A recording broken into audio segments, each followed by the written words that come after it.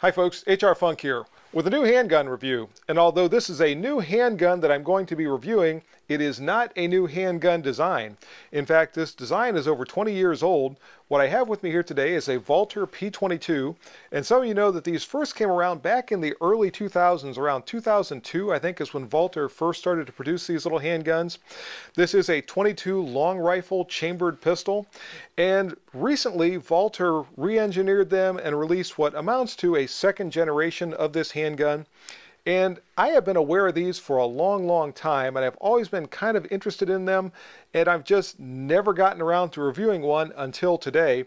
And this came about as a result of a recent trip that I made to House of Pain Munitions. While I was there, I saw this handgun hanging on the wall, and they were nice enough to let me bring it home for a review. So thanks to the folks at House of Pain for making this review possible.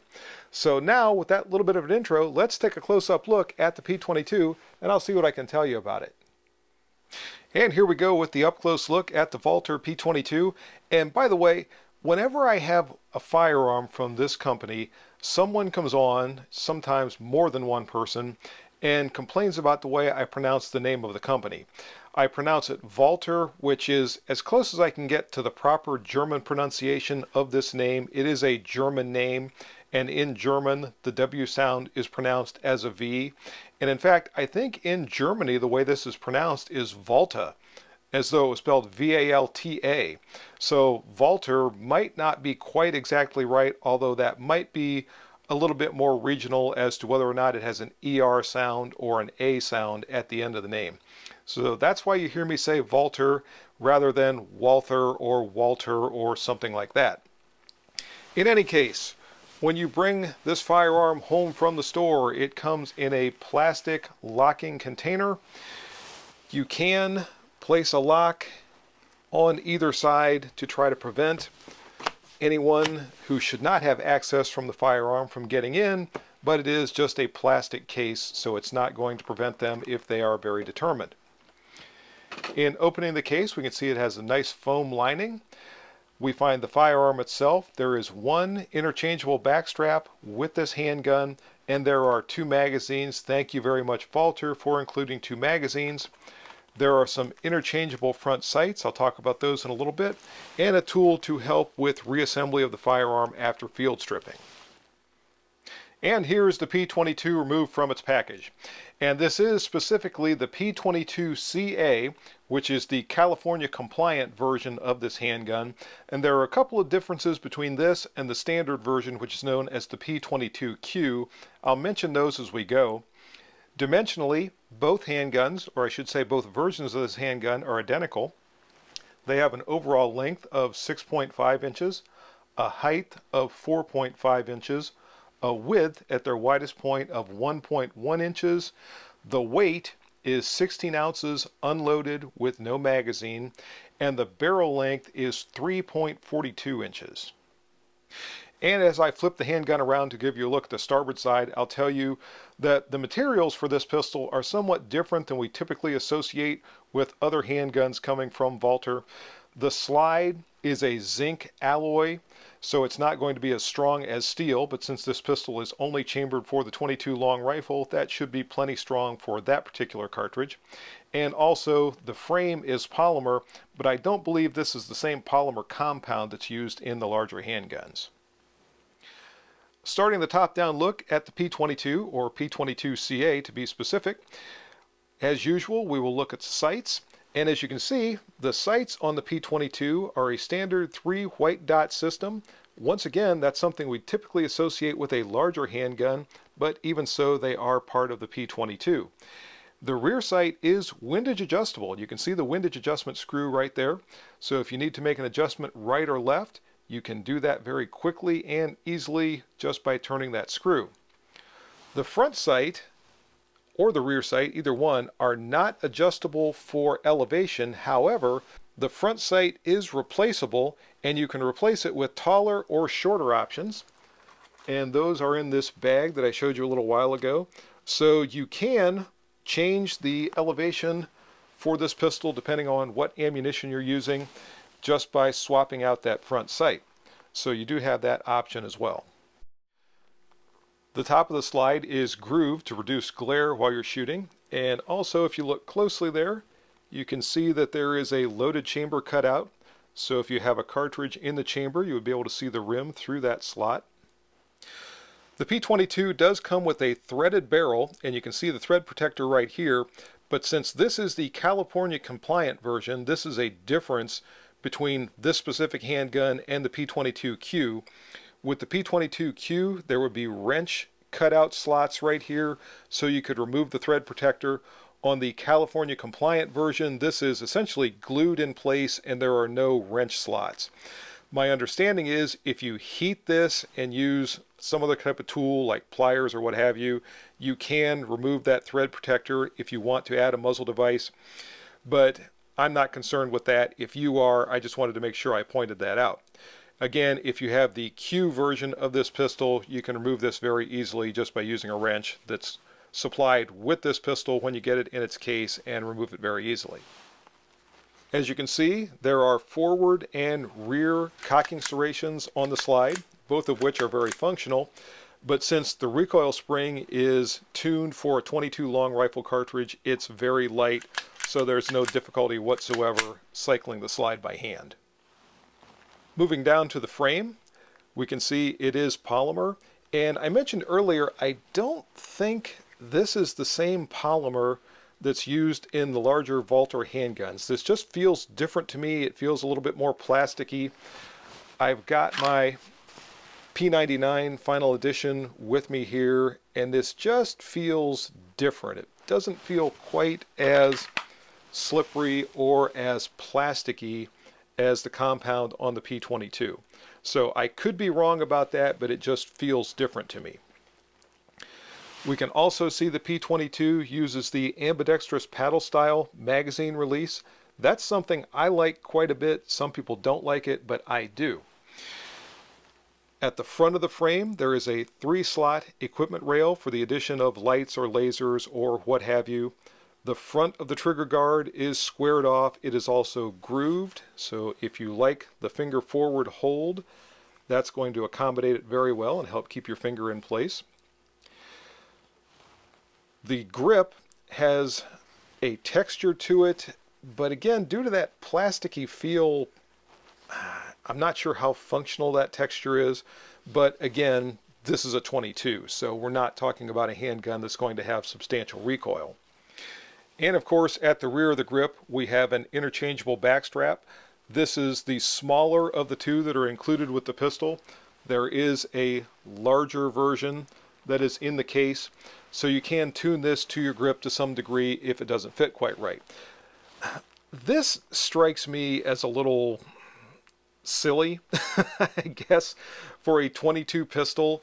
As I said before, we're not talking about something with a tremendous amount of recoil.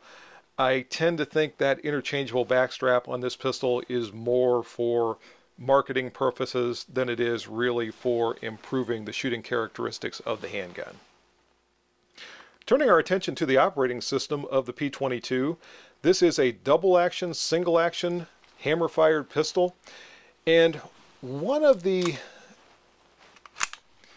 I guess, idiosyncrasies of this design is the fact that typically with a handgun that uses this type of mechanism, especially a Walther, the safety serves as a decocker. And that does not have the same function with the P22. As you see, I rotate the safety down to the safe position and it does not drop the hammer. So in order to put the pistol into double action mode, once a round is cycled into the chamber, the shooter has to put the pistol on safe and then hold on to the hammer and safely lower it. Now, when the safety is put into the fire position and the shooter squeezes the trigger, the first shot is fired double action, and after that, when the slide cycles, every round thereafter is going to be fired single action unless the shooter decides to physically decock the pistol again. So it's not a difficult process, and it's one that allows the shooter to put the pistol easily into double action mode, but it's not as easy as simply rotating the safety down and having the hammer decock. Now, something I wanted to point out is the fact that when the safety is rotated downward, it does physically block the rear of the firing pin. It also captures the firing pin so that it cannot move forward. So we have really three safeties in place at this point. There is the body of the safety that is preventing the hammer from contacting the firing pin. The safety body is capturing the rear of the firing pin, and there's also an internal firing pin safety block that is not removed until or unless the trigger is pulled all the way to the rear. Now, obviously, when we pull the trigger to the rear to release the hammer, it is going to defeat that firing pin block safety, so just be aware that you still have two safeties in place to prevent the pistol from firing if that hammer would slip from your fingers. The P22 also has a magazine disconnect safety, so if the magazine is removed from the pistol, even if the thumb safety is in the fire position, the trigger is disengaged and the pistol cannot be fired. Some people very much do not like a magazine disconnect safety. It doesn't bother me. I've used quite a few handguns over the years that had that particular feature, and I'm just not that concerned about it. I'm not going to demonstrate the disassembly and reassembly of the P22 for a couple of reasons. First off, the California compliant version doesn't have the captured recoil spring assembly that comes in the P22Q version, and it makes this pistol a little difficult to put back together, so I don't feel like taking it apart on camera and trying to put it back together. And also the other reason is because, of course, YouTube gets jittery whenever I show disassembly and reassembly, so I'm just going to avoid the whole thing. There are videos out there to demonstrate the process, and also there are instructions in the owner's manual, so if you get one of these handguns, it shows you how to take them apart and put them together for cleaning and maintenance purposes. Turning our attention to the trigger, as I said, this is a double action, single action mechanism, and the double action pull is pretty smooth. It's not overly heavy. I'll weigh it here momentarily. I don't want to snap it too many times because this is a rim fire, so I don't want to risk any damage to the pistol, but it shouldn't hurt it just a couple of times. The single action pull has some take up. It hits a stopping point.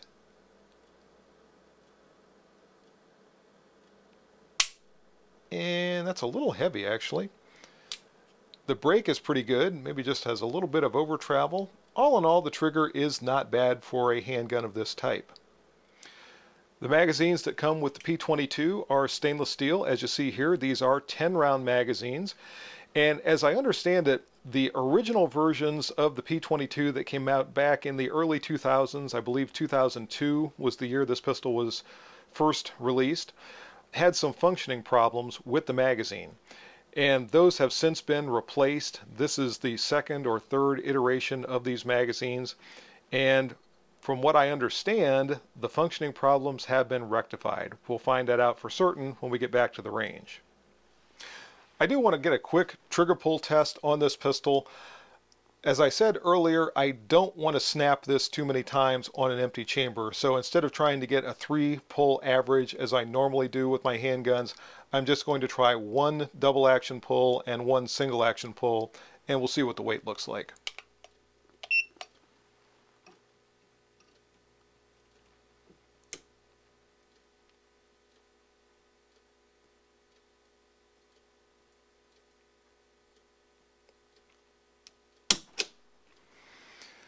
Double action pull is a little over 8 pounds, so that's not bad at all. As I said, it feels pretty smooth. Let's try the single action pull now.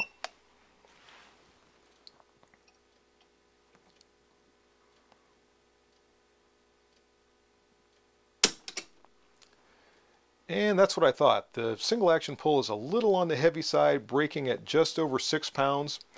Now this is a brand new unfired handgun at this point, so the trigger could improve after it gets a few rounds cycled through it.